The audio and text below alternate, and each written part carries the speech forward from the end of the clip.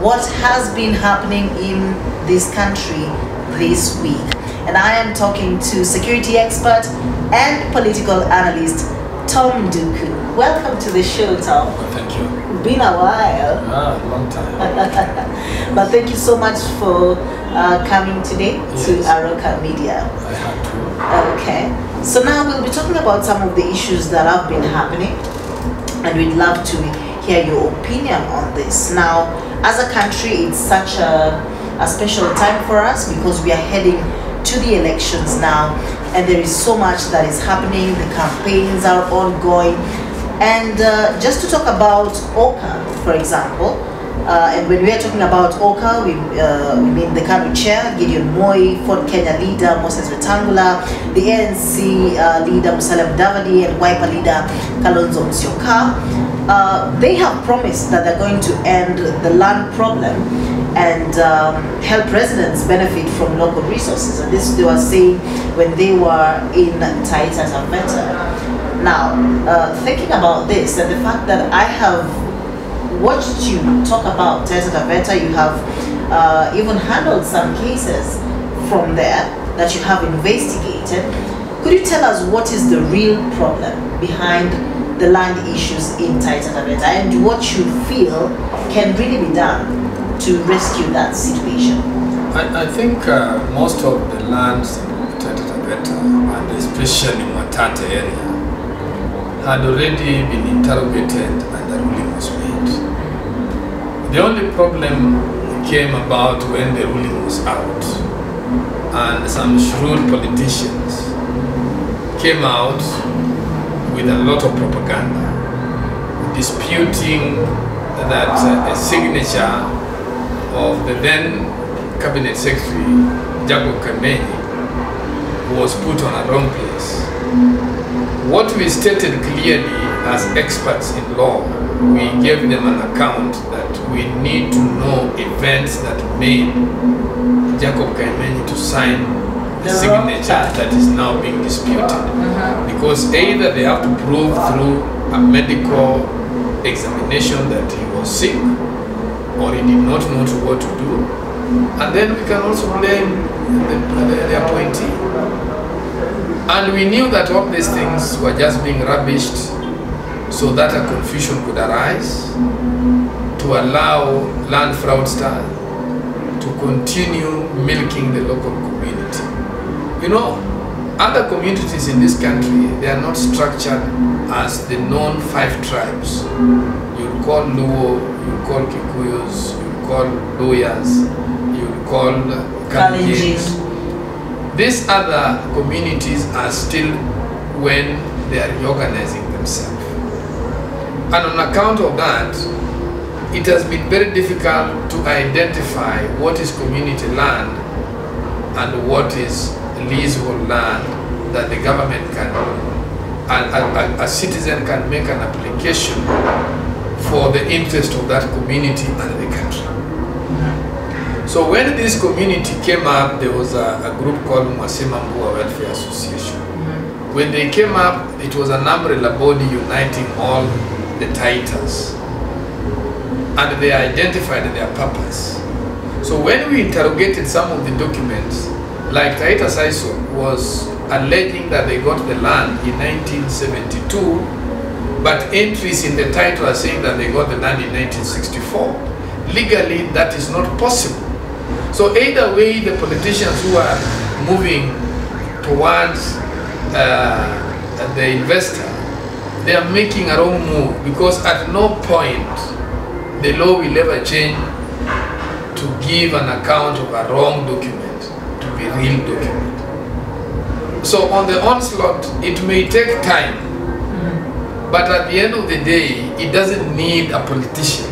Politicians are fond of when it's an election time, they would go there. Yeah, because I was wondering, the residents. It's been several elections, yes, and it's always been an issue. Every politician who wants to get votes in Taveta will go there with the issue of land. I think this time round, the Taitas should make a decision. They should not listen to those politicians who are promising them nothing. Okay, so in the real sense, who can help them? Because now then, the politicians can ensure that the right person does the right job. The law will take its own course. What I'm saying, when there will be a proper interrogation of those documents in a court of law, the local community are going to get their land. It's in the courts there. Yes, because the politicians are just people who wants to please them.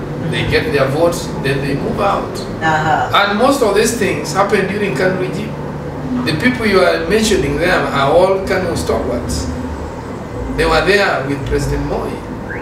I don't know what idea now is good that they could not impact when these people suffer. Grow. Yeah. Maybe they have grown. But you can't grow. You can't grow in terms of becoming a good person. Yes, you can't. You know, this idea that you only want to change something when you are benefited is wrong. Okay. Yeah. Now let's move on to, you know, having an umbrella, especially when it comes to political parties. We saw it in the last election that Jubilee Party asked other parties to fold and get into the Jubilee Party. And now in Kwale County, the Deputy President, William Ruto, asked the small parties, you know, to fold. He says that small parties are vehicles used by their leaders to bargain for positions and privilege, and whoever wants to work with him must fold their outfit and work with the UDA. He said that he had established a national party to bring Kenyans together, and regardless of opportunity and status. So do you think this is a good idea? And I'm saying this because someone like Mwangi Kiunjuri takes it as frustration, and he says that it will be dangerous if they all get to fold into one vehicle. And he actually tells the DP, don't say you are frustrated when you're also trying to frustrate others. So for me, I would ask, does this kill democracy or actually build it? You know, in principle, I think one of the things that we failed as a country, and especially those who participated in the clamor for change in 1992, we did not identify our purpose. And failure to identify our purpose, we came out with an idea of removing Moi. We did not identify what Moi was doing wrong that we wanted to change so that we could develop it. It was about a person, not the real thing. Yes, okay. So that we could now bring an agenda, yes, whether it is an economic value or socio-economic. So we did not identify that. So in that gap, the real opposition did not make it and has never made it to power. In this angle, we have been found now to be gambling. And that is just a gamble. Because now people feel that I need to have a house where I can bring in my people to make me bargain. But you see, in real sense, take it for ODM. Many parties run around ODM, but what value do they add there? Totally nothing. Because most of these guys get elected probably because of Raila. They have got nothing that they add. And in that view is the way we were founded. I think we were founded on a wrong platform, on a wrong footing. That's why you see so many political parties during each and every year of election. So we don't quite have values in these parties, and that is why it's easy to fold and fold. No, because that's why people are running away. It's about the individuals behind the parties and nothing else. Because if, in real sense, if you have a vision for your community, then why don't you just stand as an independent candidate? So that once you have joined in, you can now actually borrow like Shakir, who is an MP in Kisumu East, but he still feels that he was an ODM person. It's only that he was wronged by ODM and decided to stand as an independent candidate. But he still have beliefs that socio-economic issues that ODM propagate, he is also what he's made of. So you support that party that you need or you like when you are already elected as an independent candidate.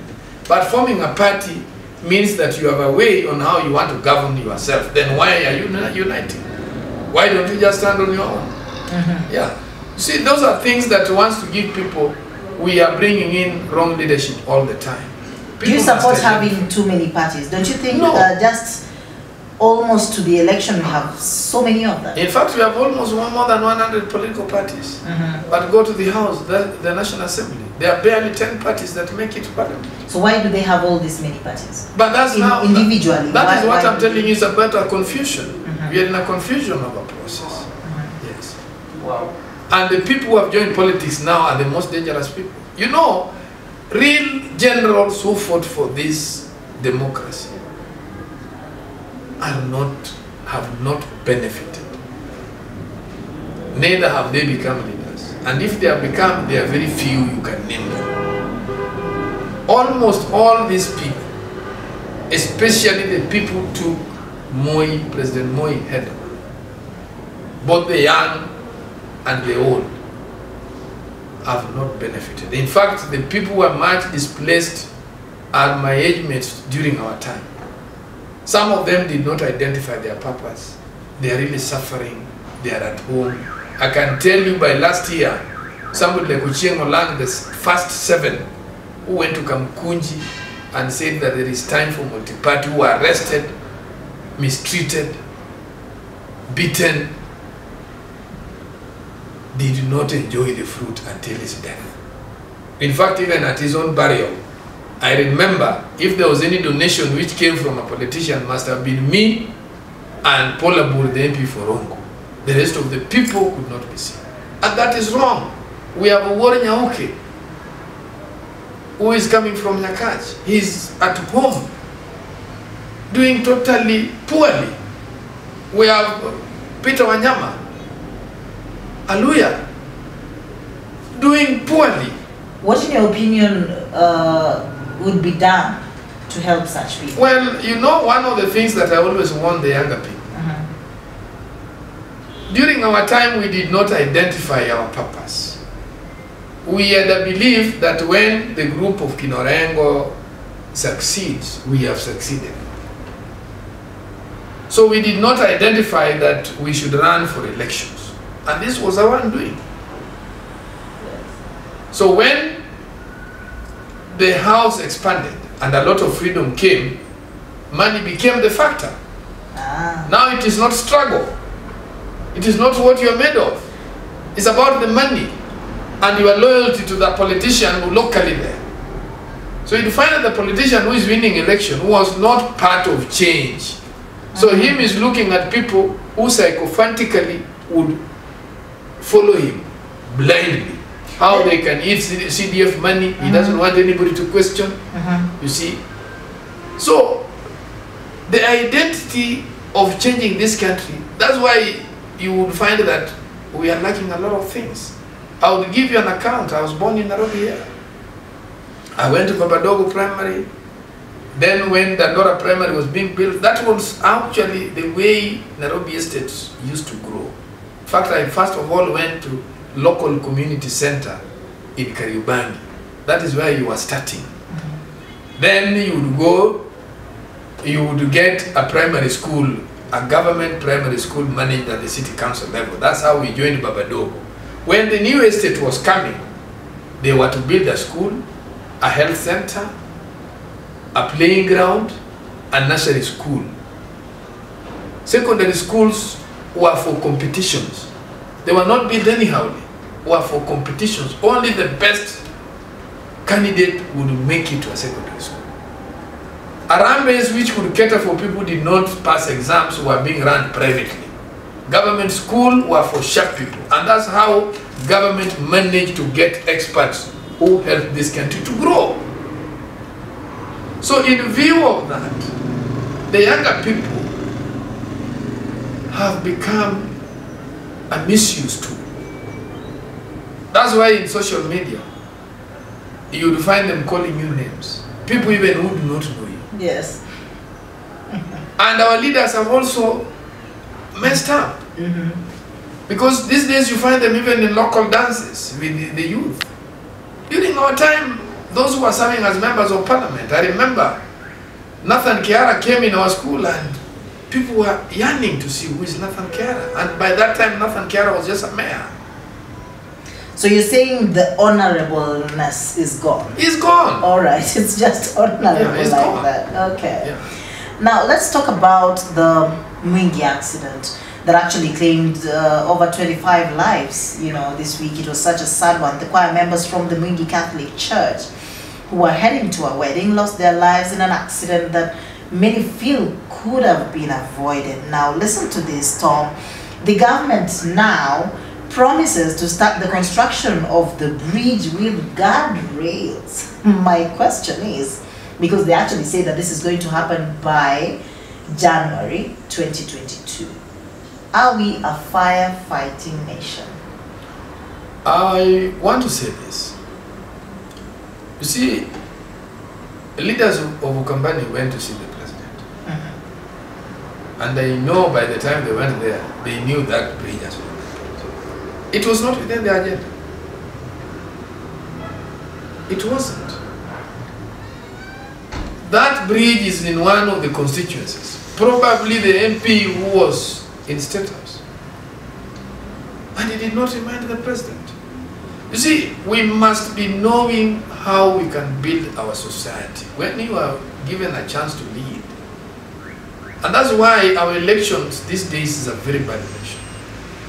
Because the people we elect, most of them are seeking employment. And a public office is a service office. You can't go there to make money. You need to serve your people. And if there is a token that you are being given, then that token may serve as your appreciation. But locally right now, it is an adventure of making money. That's why you can't blame the government on this. But you fault the local leaders. What had they done? And even the security. When a bridge has had an overflow, the best thing the local police station needs to do is to send a vehicle there and stop everybody. That is their duty. They are there to protect lives.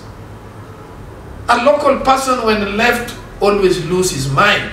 The next day after that happened, I actually saw someone in a personal car go all the way to the middle, and then, you know, when they started realizing this car is going off, then people had to rush and actually help him. He was going to die the same way. Yes, but that's not what I'm saying. Yeah. If we were having good leaders, good security people, leaders, I mean even the local chief of the area, he has got the authority, because that is a calamity. He can go there and give a warning. Nobody's crossing, no matter where you are. Then he can call the leaders. I have people here who can now not cross the river. They need to eat. They need to change clothes. What do we do? It must be consultative. I hear you, Tom. But I'm still feeling, you know, why is it that usually, you know, something happens and then now, you know, we can now say, oh, from now on we are going to ensure that this happens. Like, for example, that bridge, maybe it should have been, do we have to wait for an accident and then now promise to do something? You know, always waiting for some sort of a calamity or some disaster, and then now all of a sudden we are going to do this. I think that's a wake-up call to the president. And the president needs to know that he really needs to be doing double checking. I'm told that during Moi's time, Moi would even call a local chief just to find out what is going on. This is what the person in the office of the presidency of this nation should know, that he needs to lead beyond the people he sees around. Leaders have to take responsibility. Yes. You have to, you know, instead of just giving your promise that we're going to do this, could you also tell people, we have found out this was actually given to this contractor, and even as we are going to do his job, we are going to ensure that, you know, something is done to him. Actually, that would have been the position of the government after everything had normalized, the first thing was for the government to apologize, come up with the truth on the ground, identify if there was a contractor and why he had not completed. Because this idea that a contractor gets money, then divides in the middle, then a project falls, is the problem of this nation. Okay. So the position ought to have been, the correct position ought to have been, because after all, that contractor will still be paid anyway, even if he's going to be paid 20 years to come. When he was taking the contract, there is a bond he was enjoying in the bank. That's why he was pre-qualified.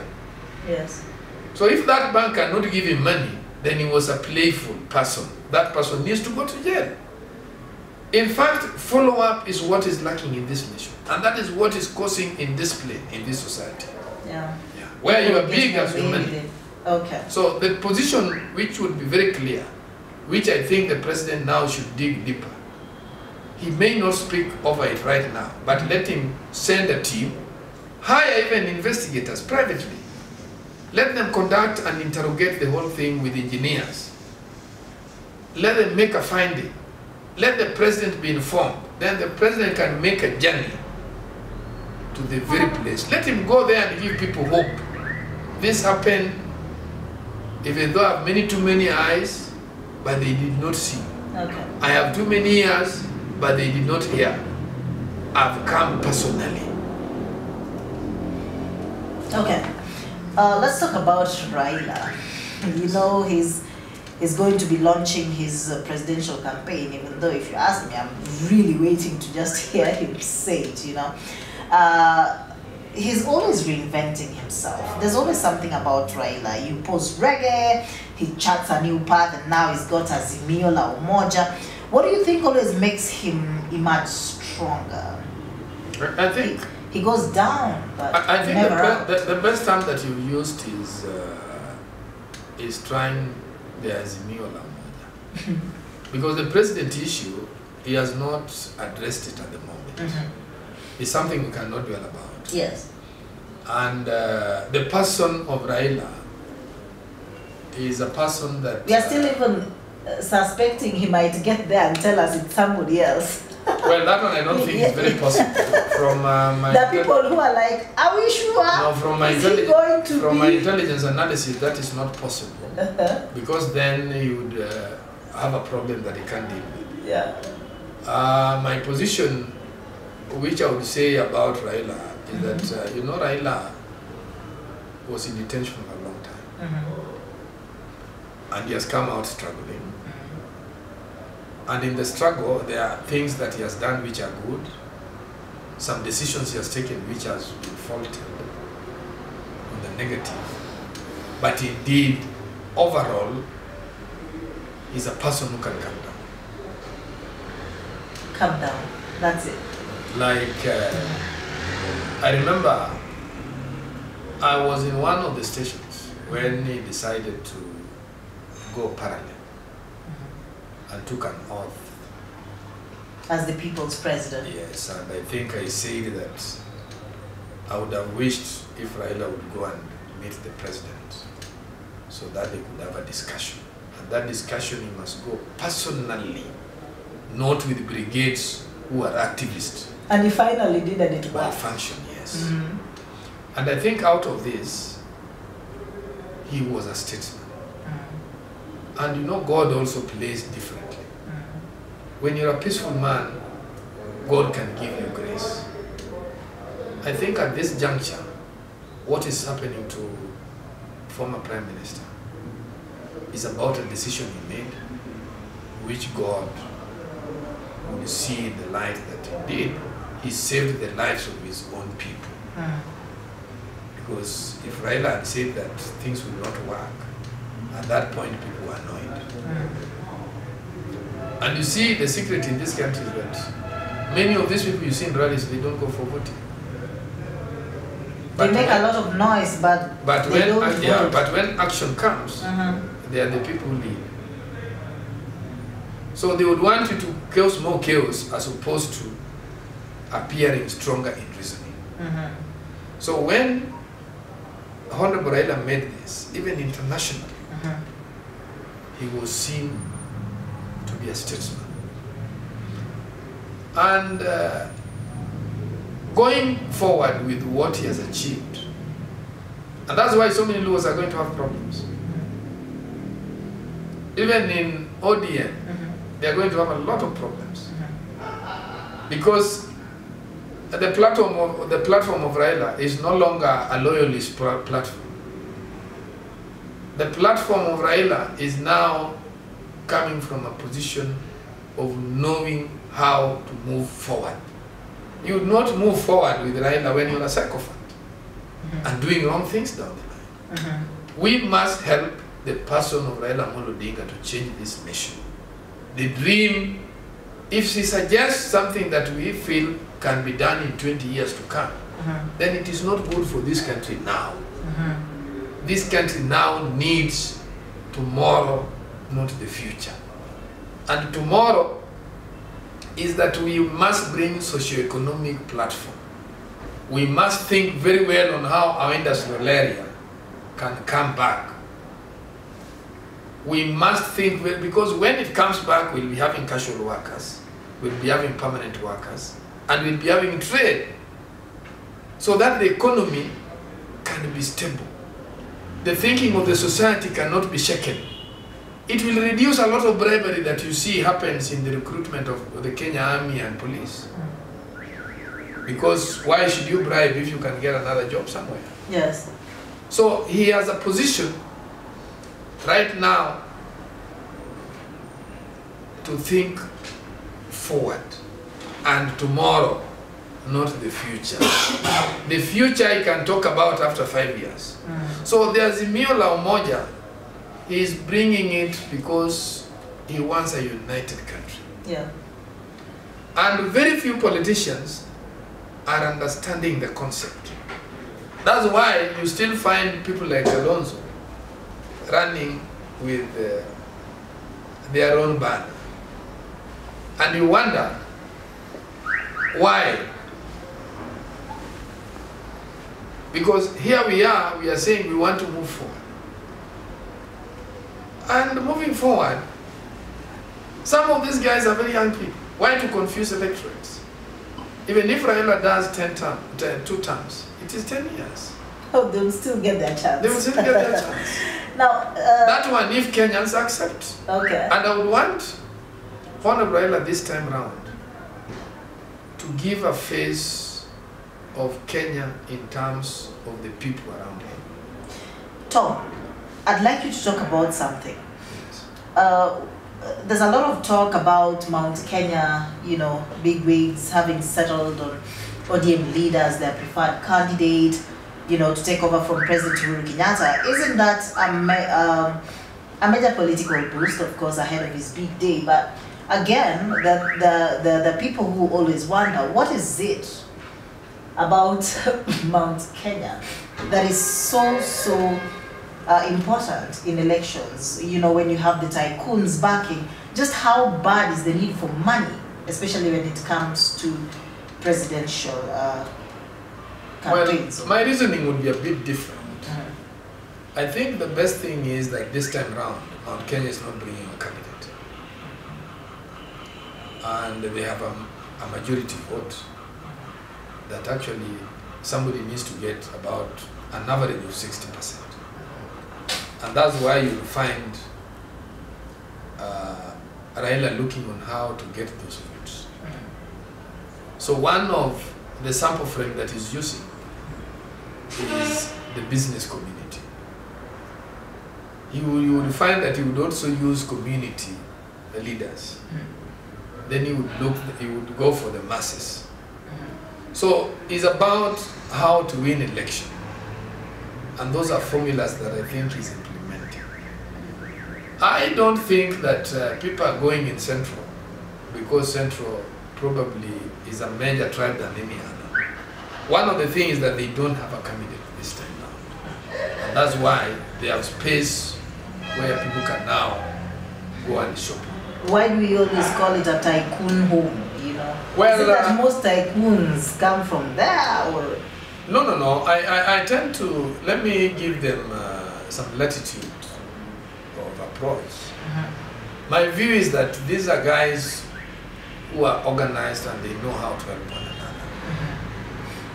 And again, you must also realize that at the pre-independence time, let me talk about Luos. Okay.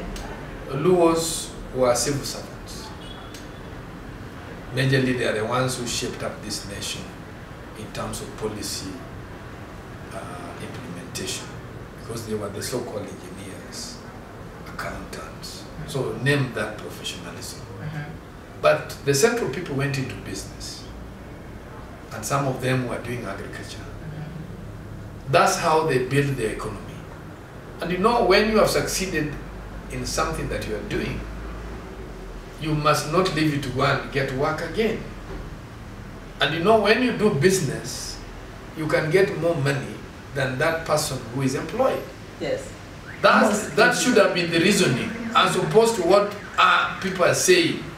Because as we think that those people are just superhuman, no. It's about the election of what they decided to do. Instead of going for work, they went for business, and now they have become the employers. Yes. Okay. But again, you know, you have been in politics before, and even now, just on this money issue, you know, I'd like us to talk about it.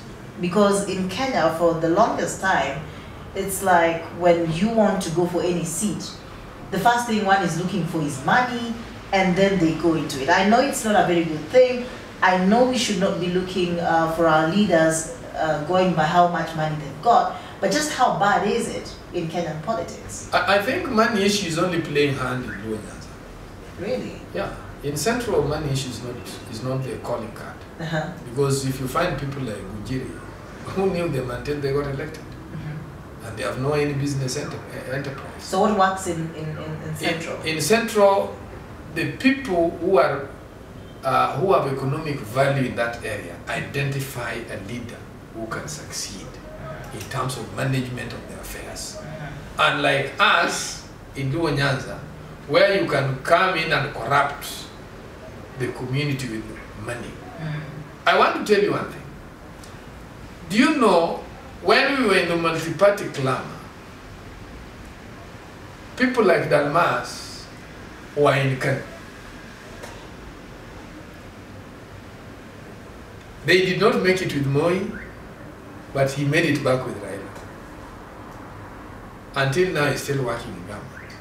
But he was not part of the change of what we wanted. Even the transformation that we wanted in Luo-Nyanza, he was not a party to it, but he's the one who has benefited. Take a tribe like Kikuyus. Those who are with Kenyatta, Senior, did not make it with Matiba. Those who are with Matiba, very few made it with Kibaki. Those who are with Kibaki, very few made it with Uhuru. It means they have a generational change. And that's why their thinking is different. It's not about one leader. No. Go to even the Kalenjin community. Moi managed almost two transformation. He started with Bargatone. He eliminated them and brought the group of Kinaruto. Ruto came with a new team. In those angles, you can see a generational change. If you come to Luo-Nyanza, there's a lot of recycling. And that is our undoing. So we cannot be crying when we are the ones who are failing. Talking about crying, you know, I know, for example, Tuju, who did a lot of development for his area, and yet, you know, just not being in a particular party or something like that, then people would just not vote him in. And yet, when you look at his track record, and you know, if you've been to Asembo and all that, I mean, the roads are amazing. He did so much, you know. But is it that we don't quite look at, for example, the development that someone brings to us? We'd rather just be sycophants that someone is with someone? I want to correct you on thing. I know you are talking about Tuju and probably Gumbo. The two are a bit different. Tuju's platform was a bit arrogant. And that's why Luos did not take him lightly. We have had people who have been elected on other party platform. Orenga has made it. Donde made it by chance. But the most significant person was Orengo. And now you can talk about Shakil. Those are people who have come purely on development. Ulaga Luwach. Those are people who have come into parliament on purely development. So that is not the thinking. So they didn't look at his development record, they looked at arrogance. He was arrogant in the way he interrogated these issues. Because at that time, you know, when you have a captain, like when Raila is running, you must know what to speak, where, and how. Give Raila his time, because you don't need that presidency. So let him campaign, he gets it, that is now not your business. But if your people accept and elect you on your own platform, then that's okay. But it's as if he was making those comments to please somebody, which may not go very well down with the laws. It depends on at what time do you depart, and what do you say at the time of departure. When you come to Gumbo, Siaya politics is a bit different from the way Bondo people are playing their politics. In Siaya, both a leg or game and game, you must address a rally. Forget about when you go to the market and you talk to them, give them something. That is not what will give you votes. You must organize a rally, come and tell them what you believe in and what you will do. That one you can win their heart. Because when you give out money, you don't talk to the old men. You only talk to people who has money. And those must be younger people. So you may be thinking that you are popular, yet that popularity cannot change to vote. But the problem is they feel it's the younger people who's got that is a very wrong analysis. They are only a population to influence your vote. Okay. But you must go deeper to find out are they winning voters. Okay. Tom, let's talk about the killer cop, Constable Benson Imbatu, who killed 6 people, including his girlfriend, before shooting himself, you know, dead.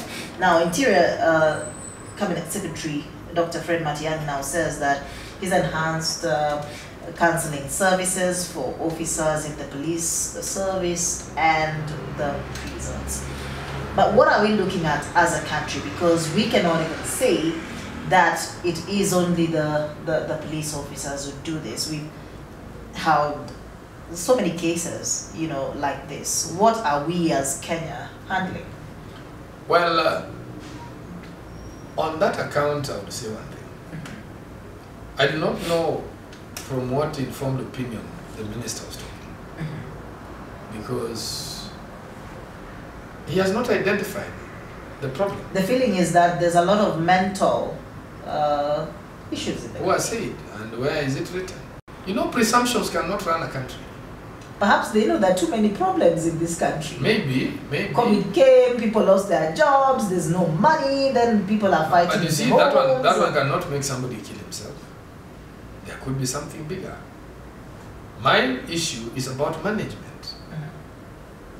Because that police officer was off duty. So how did he live with a gun? Guns are supposed to be surrendered immediately you are from patrol or any official duty to the senior sergeant, who must count and give it back to another officer who is going on duty. So at what point did this officer have the audacity to get out with a gun, a government property, which you can only hold when you are on duty, and move with it to his house? So the first person to be charged is the senior sergeant and the OCS. Those are the people who became careless on their work. And again, this person is found to have made a crime. And his file was still under investigation for review with DPP, whether to charge or not. But there were internal mechanisms. And if the internal mechanism had not been initiated, that one was wrong. And if it was initiated, it was for the duty of the OCS to build his area, to keep this officer around him. He can now change his duty. He can be sending him to OCPD's office. He can use him on other duties, but not to handle a gun.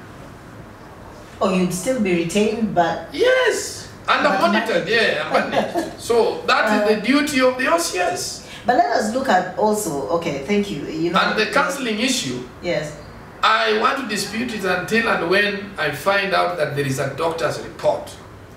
The CS needs to be guided by prospect of expertise. So Tom,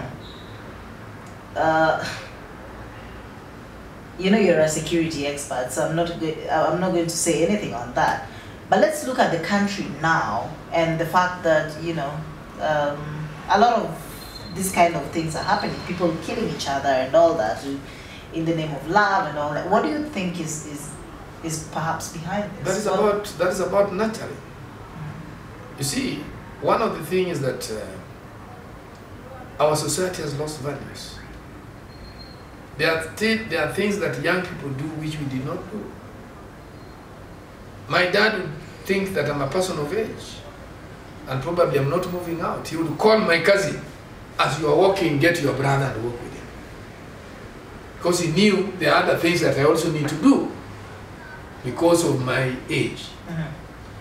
But then again, like in the local community, you would have a girlfriend who nobody would know until your peer, unless your peers talked about it, or you would go and find some names in the side, so and so befriend somebody. But it was very difficult because even those young ladies used to come when the people up there have slept, and as you're releasing her back home, everybody has not woken up. There was respect. But these days, you are the one who wants to book for your child a Uber to go for a disco. You see, your child get run and you release a government vehicle to go and take him home. So what discipline is that boy? What are you teaching that boy? So it's about the failure of parenting. And when you are wrong at the initial stages, there's no day when you'll change. Until and when the arms of the law gets up with you. Either you may be messed up totally, or you will be changed at that level. Kids are getting used to getting things their way. Yes. So even in dating, you have to say yes. If you're saying no to me, I'm going to kill you. That is true. Oh, so you know, and again, it's about social centers. People are taking alcohol when they are underage. The whole purpose is not about introducing the kid. Because what we have achieved, we must not lose it again. Because that one is going to bring legislations, amendment of legislations. Because we had put them in place. I think at the time we are trying to deal with issues of killing, we did not give an account of where and how. Because most incidences that happened were in primary school. They were not in secondary school.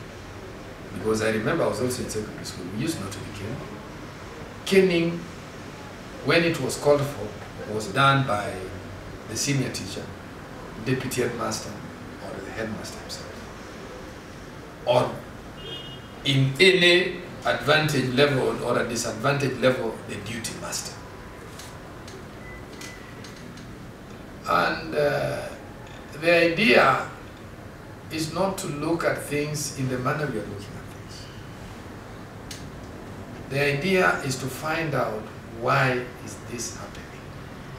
It's about the students who are being admitted to the school.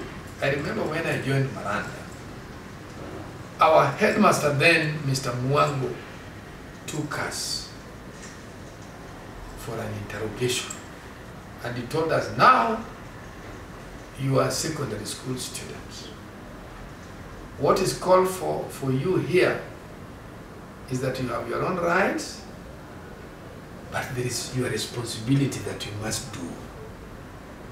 You must make sure that your dormitory is clean. You must take bath.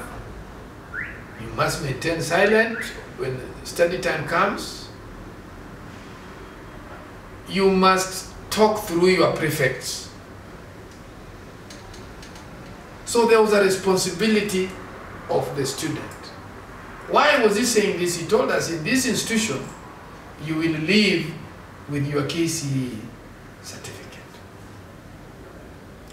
and you also have a living certificate. This living certificate tells all about you. So you may have good grades, but if you have a bad living certificate, nobody would want to employ you. That was the take, and that one was the responsibility. I don't think if that is what is taking place today.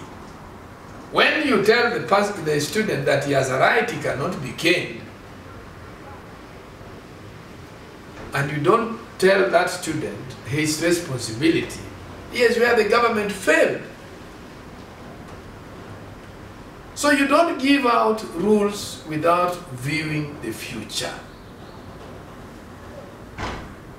So the government is always overreacting. Like now the banning of schools, that is a surprise that is coming, which needs to be interrogated. Is it the problem in our society?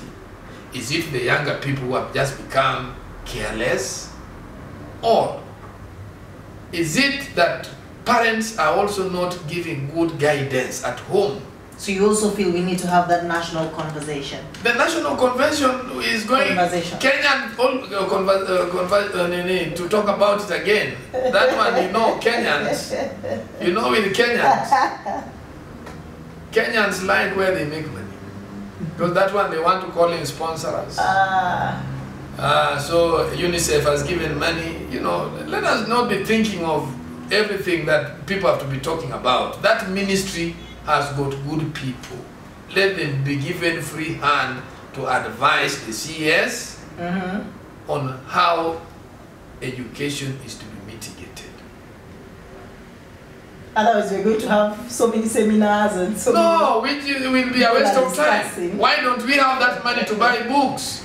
Okay. And again, you know, it's about now telling the students, because even right now, the CS has not visited those schools to talk to the students, to make a finding why the banning of school happened. Is it his job to do that? But he's the hope of the education. He has his officers. Have they gone? And you also need to make a choice of one school and tell them that when I was learning as Magoha, during my time, even thinking of banning school was an impossibility. Because in my community culture, when you burn a house, it lives with you. Yeah. Why are you doing things that will make this society not make you good people? These are people we need to involve in a dialogue. That dialogue does not need people who want to talk on theories. You need to talk to the real person. And the real person here is the student. They must just be told that with the way you are going, Kenya will not be any better because nobody will employ you. Wow. And when you lack employment, then even if you get a good certificate here, it has no basis. So in that view, my take, because you see, these private schools which are talking, who are now talking here, those students, when those students that the principal, the secretary has said that they are not going to make it back to school, they are the ones who are going to admit it. I've just thought about it. Because the congesting of public schools then takes them. Yeah, they are the ones who are going to take it. Why? Money. Okay. So you know, the approach is not genuine. And you see, when you're in a public school, it builds you. Let me give them the benefit of the doubt. No, I don't think. We don't need to think on how we can benefit. We need to think on how the society can benefit. Okay. You see, if we have good public schools, we'll make better. You know, the calling card which this country has made in terms of education, we are now preparing technical people. We are preparing middle managers. Isn't it infrastructure that is perhaps the issue here, because we have... But the infrastructure, how does it bother the student? No, if there are too many in one school. Who said that? The only thing that happens, and I want you to interrogate one school, go in a place like Miranda. Miranda should not admit more than 480 students. But how many are there? Which means if you multiply that times 4, they should be less than 1,500. But they are over. Why? It means another student who did not meet the benchmark for Miranda because of the money of his dad, made his way to that school and is the problem causer. So the ministry has to put its foot down that as a principle, you cannot excessively admit unless we authorize. You see, it was even wrong to reintroduce day schools in boarding managed schools. That has been part of the problem. Oh, then you can't really manage them. I am a victim. My own daughter was in a school where she's in boarding, the other people are watching TVs, and they are coming to school. How would you know that these are not the people who bring petrol in school? And this has been carelessly misused with very good national schools. Go to State House this day. Go to many major schools. That is wrong. Even if we want to introduce a process. And that's why we don't need to have hurry when we are implementing policies for the future. Let us be, even President Moi, I remember, we were the first pioneers of 844.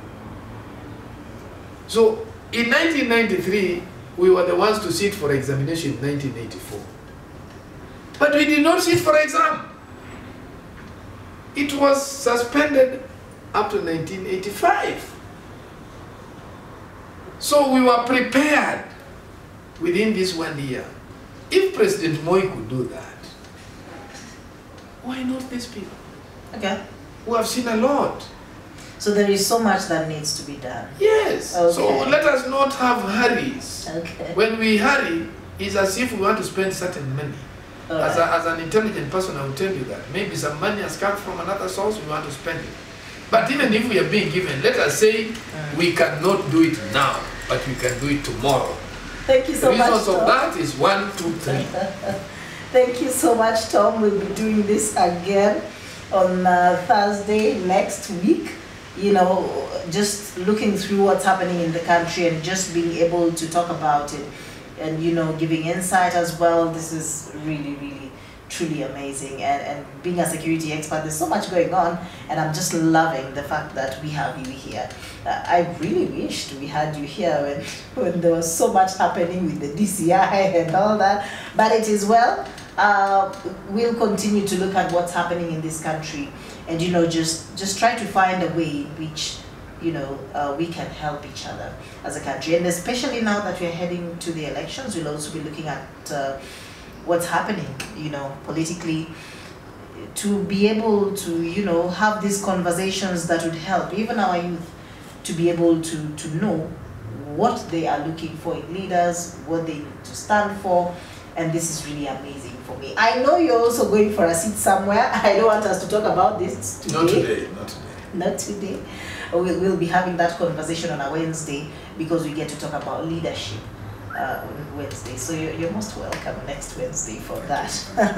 Thank you so much. That's Tom Nduku, security expert and also a political analyst. My name is Millicent Aroka. This is Impact on Aroka Media. Thank you so much for joining us today.